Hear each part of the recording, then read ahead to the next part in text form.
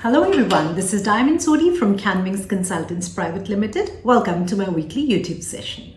So today's video is focused on some amazing facts about the 491 visa, things you probably didn't know or things you were looking for clarifications on. I'm going to share some facts with you that is going to make the 491 visa more attractive and give you more reasons to choose this visa over the other visa subclass options.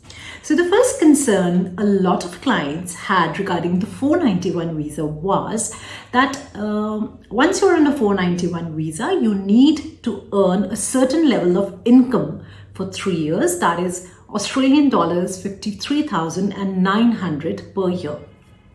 Some people have been feeling dissuaded, thinking that probably it's too high a level or probably will not be able to get a job that's paying us this kind of salary, and what if we are not able to earn this kind of income and therefore not comply with the condition. So is it going to affect our application for a permanent 191 visa eventually? So let me just share some quick facts with you on that. First of all, I need you to understand that the income threshold of 53,900 Australian dollars is a very realistic income level to achieve. Obviously, the immigration authorities in Australia are going to grant you a 491 visa with the purpose of retaining you and not just not frightening you away. So they've kept a very realistic target, a very realistic income level, which is very, very achievable. However, if you think that probably you cannot achieve this kind of level, nothing to worry. You can always include your overseas income as well. Once you file your ATO in Australia, you can always go ahead and claim incomes across 2 different occupations. It's not necessary that you need to earn this income through one single employment.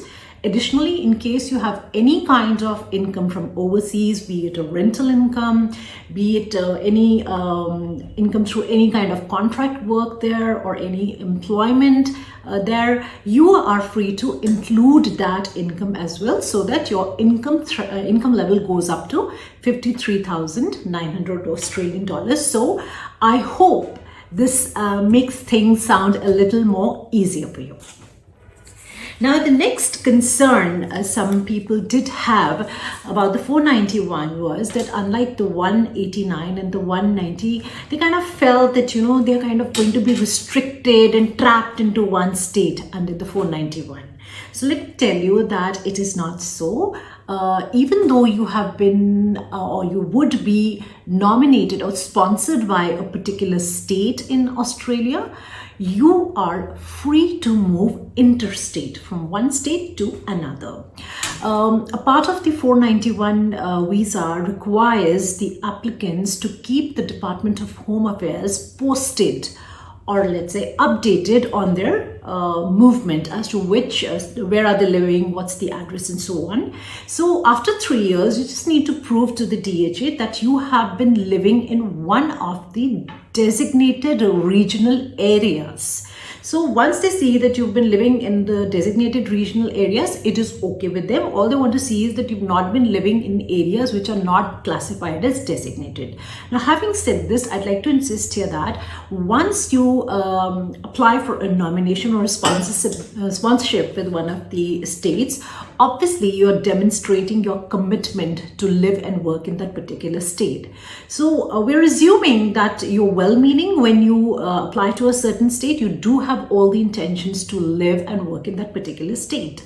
But of course, there could be some genuine cases where there could be a change in the plans and the applicants may need to move to another state.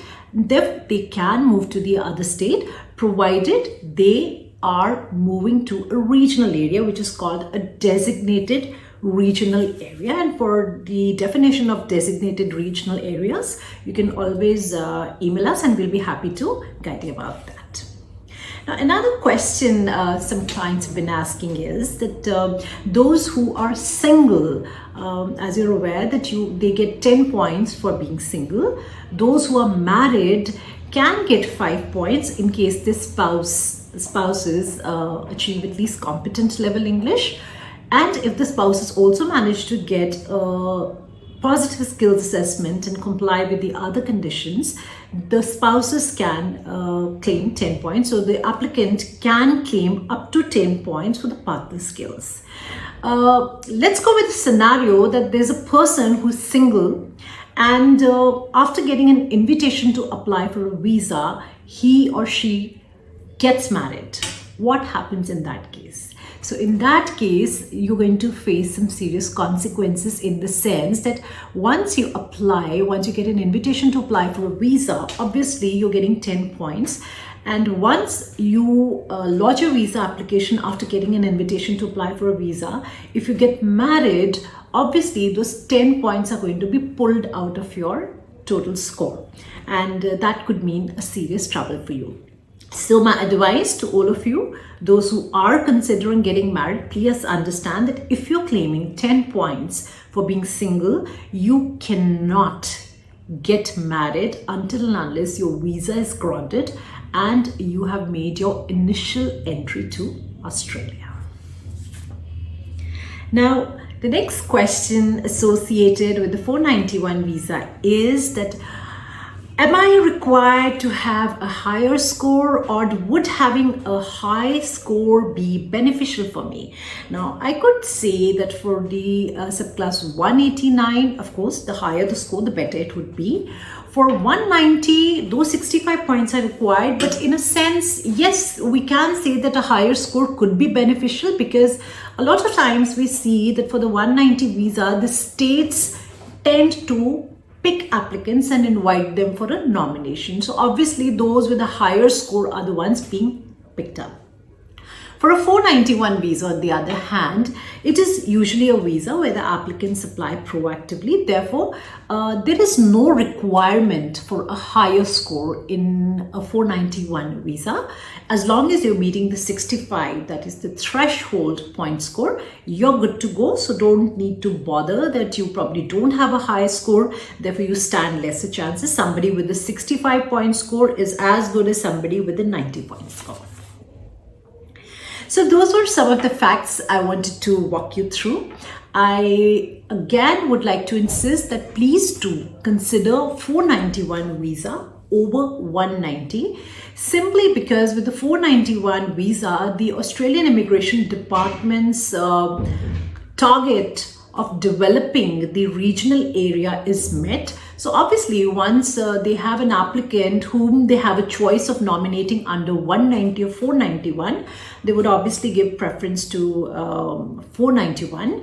Also because there's a wider occupation list available, and in fact rather there are certain occupations which are only under ROL. So any occupation that is listed under the ROL can only be applied for a 491 visa.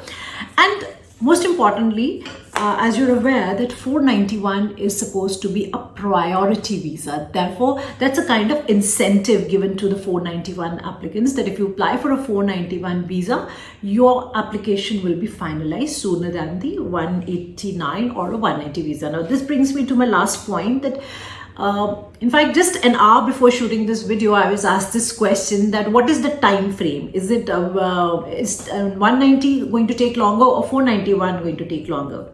So I did tell them that if you look at the estimated published processing times that are published on the DHA website right now, I would say they're not very reflective of the current scenario, because they do have a certain estimated time frame mentioned on their website.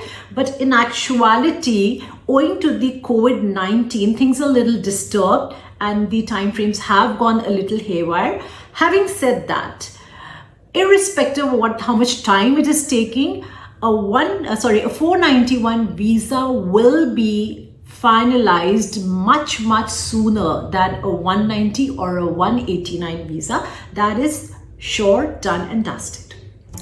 So that is it for now. Please continue to send us your CVs. Once again, I'd like to insist, please mention your date of birth, and please do mention your tenure of employments in your CVs, and try to include at least 2 to 3 tasks for each position that you've held. That will give me some clarity on the kind of work you've been performing, and I will be able to complete your eligibility assessment easily. So until next time, please stay with us. Give us a call on 78498, or you can send us an email on caanwings@gmail.com.